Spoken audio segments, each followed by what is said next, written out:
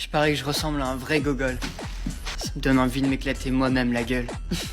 Après la bagarre, Carl avait l'air d'un vrai petit fauteur de troubles. Pour le faire passer pour un élève modèle et tranquille, Fiona lui avait préparé une nouvelle tenue, avec des lunettes assorties. Quand le procès commence vraiment, Sammy remarque que Chucky est blessé. En fait, c'est Carl qui a payé quelqu'un pour le frapper. Sammy lance un regard noir à Fiona, un de ces regards qui pourrait tuer. Mais comme Chucky n'est pas très futé, le juge ressent un peu de pitié. Veux-tu dire quelque chose avant que je fixe ta... Oh, ok. Finalement, le juge rend son verdict en plein tribunal. La cour ici présente vous condamne à la peine minimum. 120 jours dans un centre pour jeunes délinquants du département correctionnel de l'Illinois. Quand Carl est amené devant le tribunal, Sammy reste bouche bée. Carl n'a rien à voir avec Chucky. Il est intelligent, mais complètement rebelle. Même s'il avait déjà préparé ses aveux avec l'avocat, il se rétracte et change complètement sa version en plein procès. C'est vraiment pas malin ce que j'ai fait. Et je regrette. J'aurais pas dû faire confiance à un putain d'attardé pour faire le travail d'un homme. Donc la prochaine fois que je veux faire passer de la drogue, je serai moins con. Le juge voulait lui donner une dernière chance, lui ordonner de se tenir tranquille. Sinon,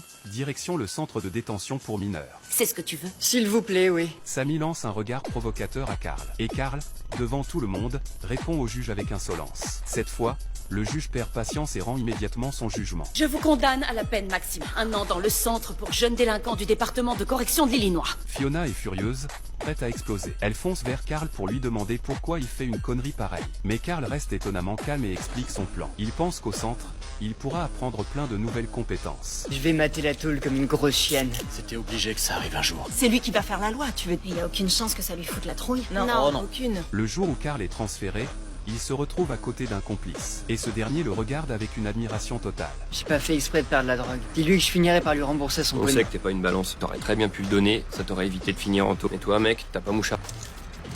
Ouais, cousin.